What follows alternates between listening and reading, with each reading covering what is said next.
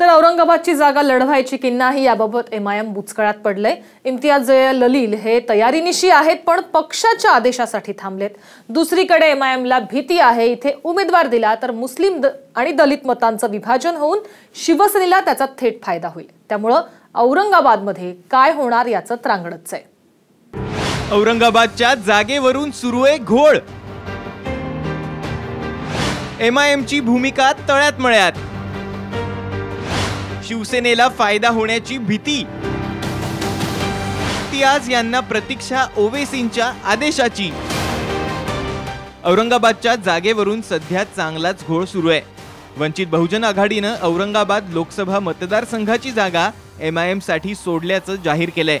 एमआयएमचे आमदार इम्तियाज जलील यांच्यासाठी त्यांच्या समर्थकांनी खासदार असदुद्दीन ओवेसींकडे आग्रह सुद्धा धरलाय।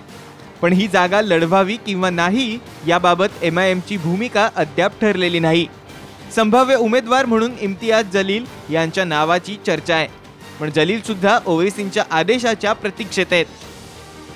हल्ली ओवेसी किंवा ही सगळी एमआयएम मंडळी ही औरंगाबादून लढण्याच्या मनस्थितीत नसावी, कारण त्याचा फायदा कोणत्या परिस्थितीत शिवसेनेला फायदा होऊ द्यायचा नाही आणि शिवसेना सत्तेवर येऊ द्यायची नाही। शिवसेना सत्तेवर न येण्यासाठी कोणत्या दलित आणि मुस्लिमांच्या मतांचं विभाजन होता कामा नये म्हणून वंचित बहुजन आघाडी असेल किंवा एमआयएम असेल तर यांचा उमेदवार तिथं उभा करण्याचा त्यांचा प्रयत्न दिसत नाही। एमआयएम मुळे दलित मुस्लिम मतांचं विभाजन होऊन याचा थेट फायदा शिवसेनेला होईल असा मतप्रवाह व्यक्त केला जातोय। त्यामुळे औरंगाबादेतून लढायचं की नाही यावर पक्षात सध्या विचारमंथन सुरू आहे। दुसरीकडे एमआयएमनं लोकसभा न लढवण्याचा निर्णय घेतल्याच्या चर्चांनाही उधाण आलंय। एमआयएम काय करणार हाच खरा प्रश्न आहे। मोहम्मद इरफान, साम टीव्ही, औरंगाबाद।